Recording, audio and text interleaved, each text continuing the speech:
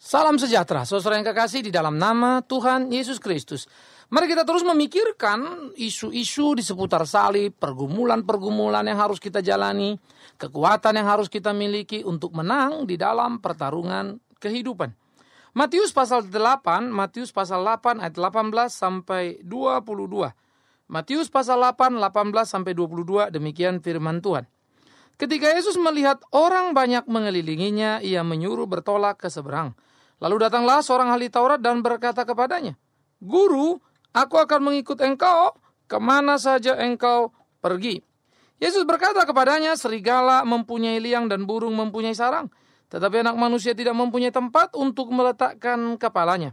Seorang lain, yaitu salah seorang muridnya, berkata kepadanya, "Tuhan, izinkanlah aku pergi dahulu menguburkan ayahku."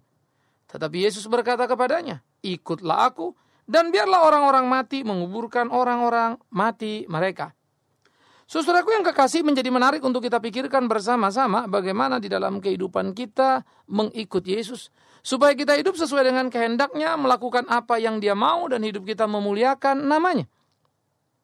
Bagaimana seharusnya kita memainkan peran kita dengan utuh, sehingga di dalam semuanya apa yang kita kerjakan menjadi sesuatu bagian yang menyenangkan hati Tuhan kita. Karena itu, mari kita belajar dari kasus ini. Menarik, ketika ada seorang dengan kesadaran penuh menawarkan diri untuk menjadi pengikut Yesus. Lalu dikatakan di sana bahwa dia adalah seorang ahli Taurat, mungkin seorang leader atau pemimpin, ya, seorang yang belajar, tetapi yang jelas dia dari lingkungan sana. Lalu dia menawarkan diri untuk mengikut Yesus dan berkata, "Guru, izinkan aku mengikut engkau." Penawaran yang diberikannya menjadi sangat menarik, karena Yesus memang butuh banyak murid.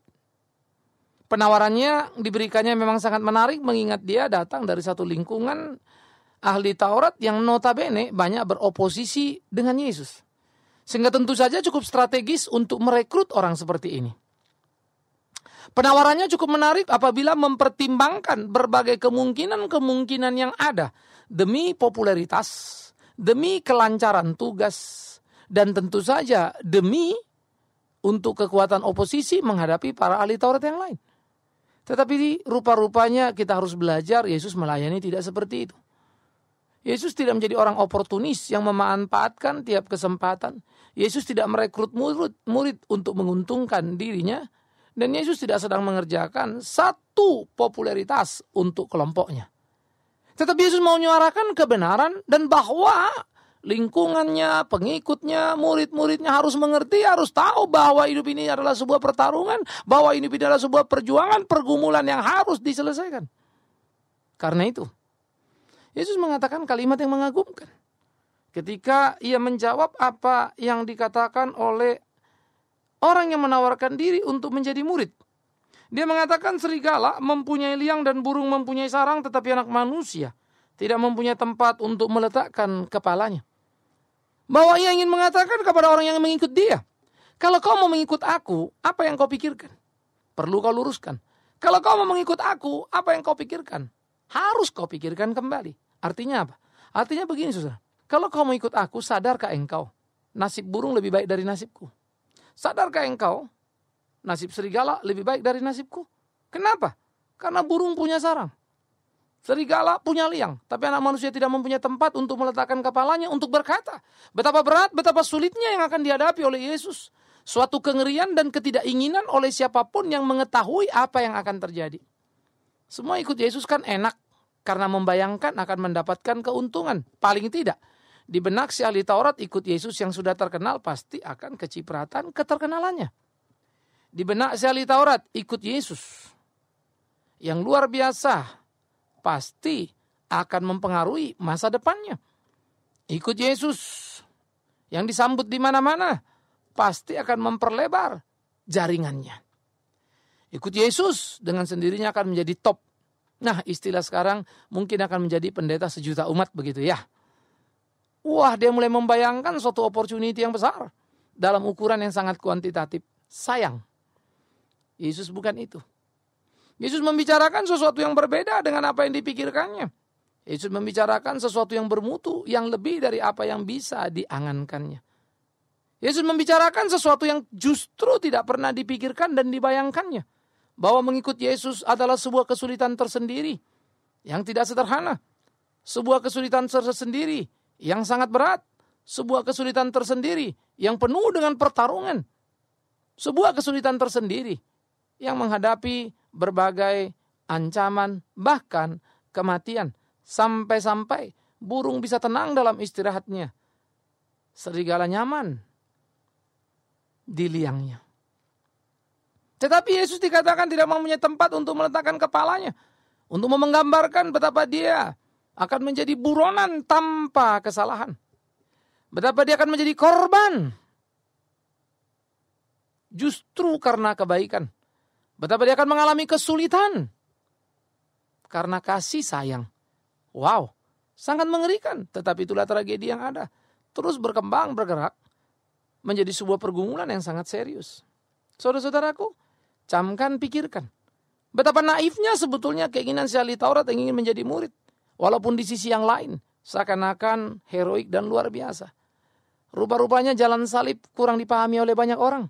Orang hanya berpikir tentang popularitas, tentang kenikmatan mengikut Yesus Tuhan, tentang jalan mulus, bypass, tol, yang semuanya serba beres dan serba bebas. Dari persoalan, bebas. Dari pergumulan, bebas. Dari apa saja yang tidak menyenangkan. Ikut Yesus seakan-akan menjadi sesuatu yang sangat luar biasa. Sehingga semangat salib tak lagi tersisa di sana. Semangat salib tak lagi tampak di sana. Yang ada hanyalah semangat kemanusiaan yang sangat manusiawi. Kita perlu sebuah kejujuran. Kita perlu sebuah kesungguhan untuk melakukan apa yang menjadi kehendak Tuhan. Karena itulah di dalam perjuangan kehidupan kita. Mari kita lakukan ketetapan-ketetapan yang Tuhan kehendaki. Mari kita jalani hari-hari di dalam takut akan Tuhan. Menyenangkan hati Tuhan. Memuliakan nama Tuhan. Ini perlu. Ini penting. Nah oleh karena itu saudaraku yang kekasih. Serigala memang mempunyai liang, burung mempunyai sarang. Anak manusia nasibnya jauh lebih sulit dari yang digambarkannya binatang itu. Tragedi ya. Sedih. Oleh karena itu saudaraku, burung apalagi kalau digambarkan burung pipit yang harganya cuma seduit itu begitu. Bisa hidup nikmat tuh. Tapi Yesus tidak. Memahami perjalanan salib, memahami perjuangan salib harus dipahami dalam perspektif yang utuh. Tentang sebuah semangat pengorbanan tanpa reserve. Tentang sebuah semangat perjuangan tanpa akhir. Tentang sebuah semangat pengabdian yang tanpa batas. Harus diwujudkan di dalam kerinduan dan kesungguhan melakukan apa yang menjadi kehendak Tuhan. Sehingga dengan demikian setiap orang harus belajar memahami salib dan meninggikan salib seperti apa yang menjadi ketetapan-ketetapan dan kehendak Bapa. Ini menjadi perlu dalam kehidupan kita sebagai orang percaya. Harus kita lakukan, kita jalani di hari-hari kita. Ini menjadi penting bagi kita untuk kita sadari, saudara. Oleh karena itu juga sebagai anak Tuhan di tengah-tengah pergumulan, di tengah-tengah persoalan, mungkin kita sering berkata bahkan menggugat Tuhan. Ya Tuhan, kenapa aku ikut Engkau semakin hari kok tampaknya semakin banyak masalah. Semakin berat beban yang kupikul. Sepertinya aku sudah tidak lagi berdaya. Oh saudara-saudaraku, ingat Tuhan itu Tuhan yang hidup. Ia tidak pernah meninggalkan kita. Tuhan itu Tuhan yang hidup. Ia terus menuntun membimbing kita. Tuhan itu Tuhan yang hidup. Ia terus menyertai kita. Tuhan itu Tuhan yang hidup. Ia mau kita hidup seperti apa yang dikehendakinya. Jalani hari-harimu. Sehingga di dalam pertarungan pergumulan yang kau lewati, makna salib semakin kau temukan. Menjadi kekuatan yang utuh di dalam semangat pengabdian dan kehidupan. Sebagai orang-orang yang percaya kepada Yesus Kristus. Seharusnya kita sadar. Ada kemenangan di atas persoalan. Ada jalan keluar di tengah-tengah keterjepitan. Tuhan tidak pernah meninggalkan kita sendiri. Karena dia sendiri berjanji. Tak satu pun rambut dari kita jatuh. Tanpa sepengetahuan dia. Nah ini menjadi perlu. Ini menjadi penting untuk kita lakukan di dalam kehidupan kita. Sehingga dengan demikian saudaraku. Apa yang kita kerjakan menjadi sesuatu yang harusnya catatan penting di dalam kehidupan kita. Sehingga kita bisa melakukan apa yang menjadi kehendak Tuhan. Sehingga dengan demikian sungguh-sungguh nama Tuhan dipermuliakan, ditinggikan di dalam kehidupan kita. Kita bisa melakukan apa yang menjadi tuntutan-tuntutan Dia. Sehingga dengan demikian kita bisa bertumbuh secara elegan, bertarung di tengah kehidupan. Sehingga betul-betul menjadi orang yang memahami betul apa yang menjadi kehendak Tuhan dalam hidup kita. Karena itu memaknai salib saya kira menjadi sangat penting. Karena memang salib penuh dengan misteri yang seringkali salah kita pahami. Yang membuat kita seperti tadi itu. Rasanya kok ikut Tuhan tambah banyak persoalan, tambah banyak kesulitan. Perspektif kita lah yang salah. Cara melihat kita lah yang salah. Sebetulnya mengikut Tuhan di tengah-tengah berbagai pergolakan, kesulitan adalah sebuah kehormatan yang boleh kita dapatkan untuk mengalami apa yang dialaminya, menderita sama seperti Dia menderita. Pergumulan demi pergumulan justru menjadi kesempatan untuk kita membuktikan bahwa Tuhan hidup di hidup kita. Kesempatan untuk menjadi orang yang teruji, terseleksi karena berhasil melewati berbagai kepahitan, kegetiran. Ingat, burung punya sarang, serigala punya liang. Anak manusia tidak punya tempat meletakkan kepalanya. Gambaran situasi di mana jiwa kita melanglang buana, merantau di tengah kesulitan, sengit, persoalan, hantaman, badai. Tetapi awas. Itu bukan berarti dia kalah. Itu bukan berarti dia tanpa harapan. Justru mau menunjukkan sebuah keunggulan kalau kau mau ikut Dia. Karena jalan keselamatan mahal harganya. Oleh karena itu kita tidak bisa terjebak bersikap seperti ahli Taurat yang mengerti Alkitab.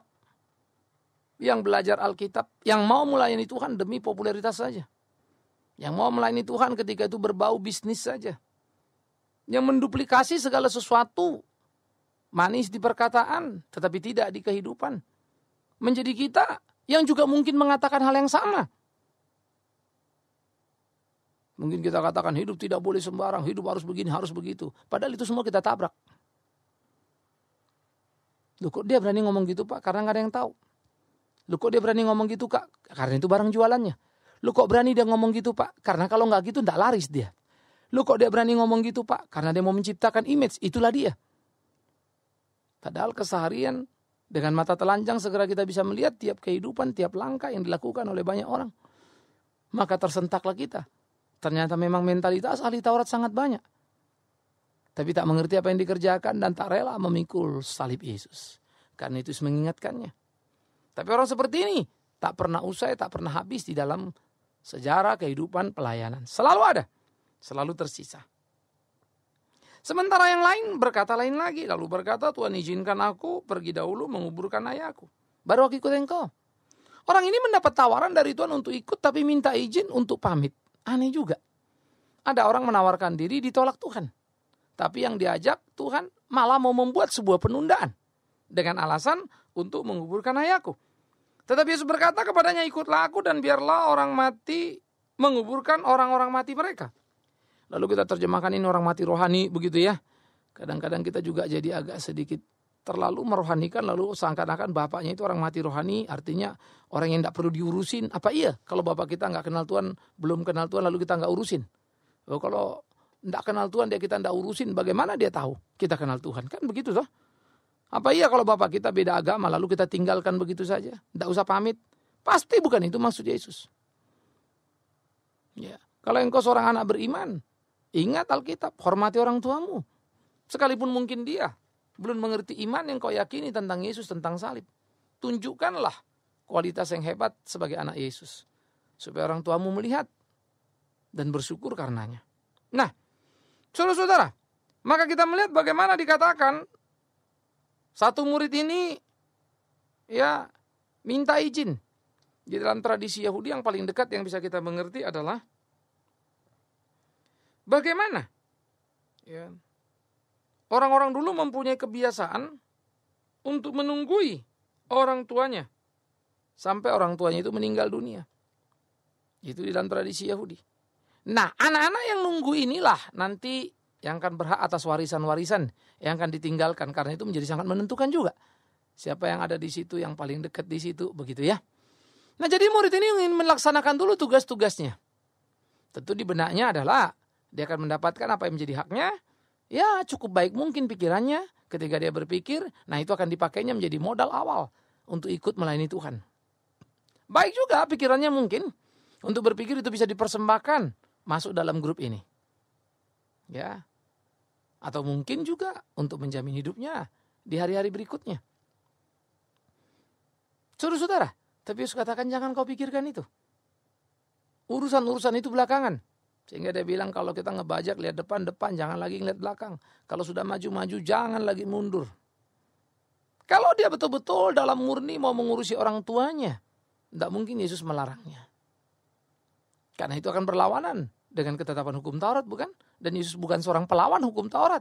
Justru datang untuk menggenapinya. Tetapi pertimbangan manusiawi tadi, pertimbangan kultural yang memang memberikan nilai tambah itu yang mau dibereskan. Supaya itu jangan ada di dalam semangat mengikut Tuhan. Sehingga salib memang menuntut sebuah peniadaan diri yang sangat mendalam yang disebutnya sangkal diri. Sehingga salib menuntut sebuah keberanian untuk putus dari berbagai nilai-nilai yang bersifat materi atau duniawi untuk maju melayani Tuhan. Bukan berarti kita nggak butuh materi. Bukan berarti kita nggak boleh pegang materi. Bukan. Lah saudara mau pelayanan naik bus, ya uang. Mobil sendiri, ya uang. Mau makan, ya uang. Semua perlu toh. Tetapi itu dia menjadi alasan utama untuk kita melayani Tuhan. Itu loh maksudnya. Sehingga panggilan tentang pelayanan akan Tuhan jangan diperjualbelikan. Ya. Kengerian-kengerian saya lihat terlalu banyak orang sekarang. Berani bersumpah berkata benar, berani bersumpah kutu-kutu segala macam, berani bersumpah ini itu. Ya, bahkan di atas mimbar begitu. Bahwa dia berkata benar untuk meyakinkan orang banyak. Saya enggak ngerti. Kalau memang kau benar, untuk apa kau sumpah-sumpah? Ya, adu-adu kutuk misalnya. Buat apa? Lakukan saja kebenaran. Dengan sendirinya orang akan tahu kok. Benar itu mana bisa.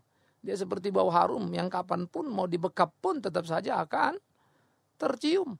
Tetapi sama seperti bau busuk yang mau disembunyikan, disimpan kayak apapun akan juga tercium. Tinggal busuk apa harum yang tercium, itu saja kan.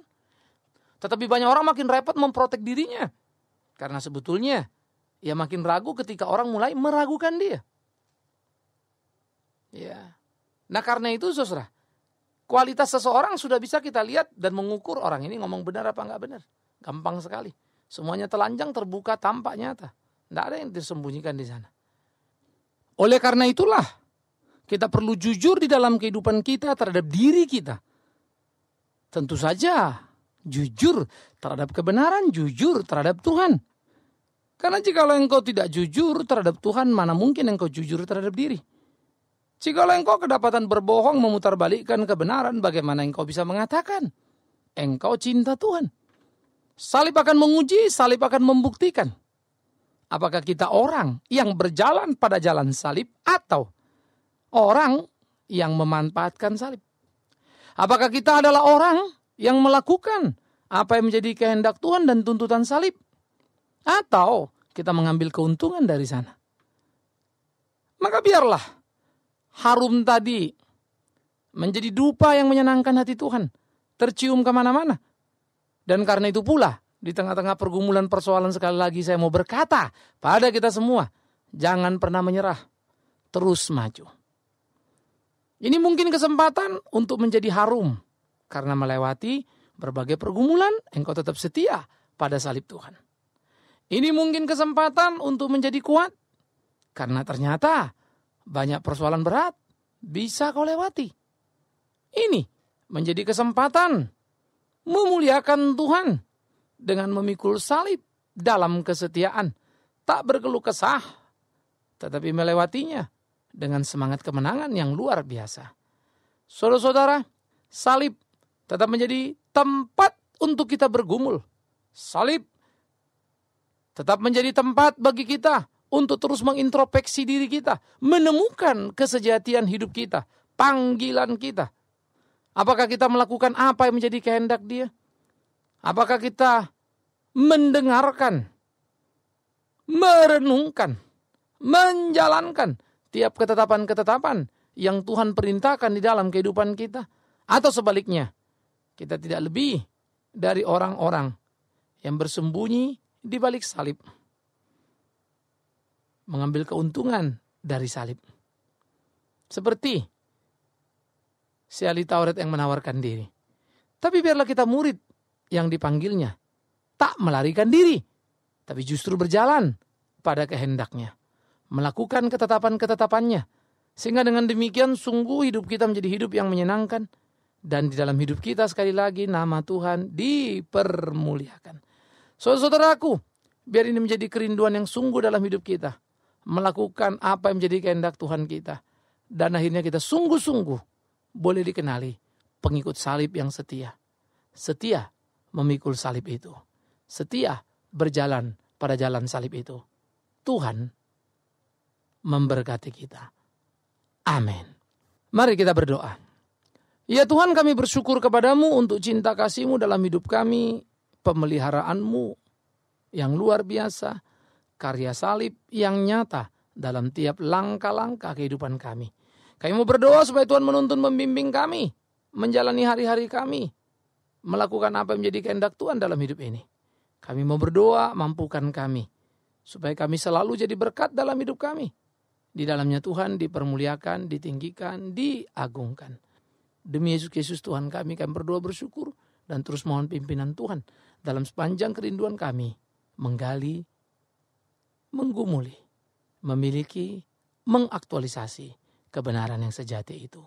Terpujilah Tuhan di dalam nama Yesus Kristus. Amin.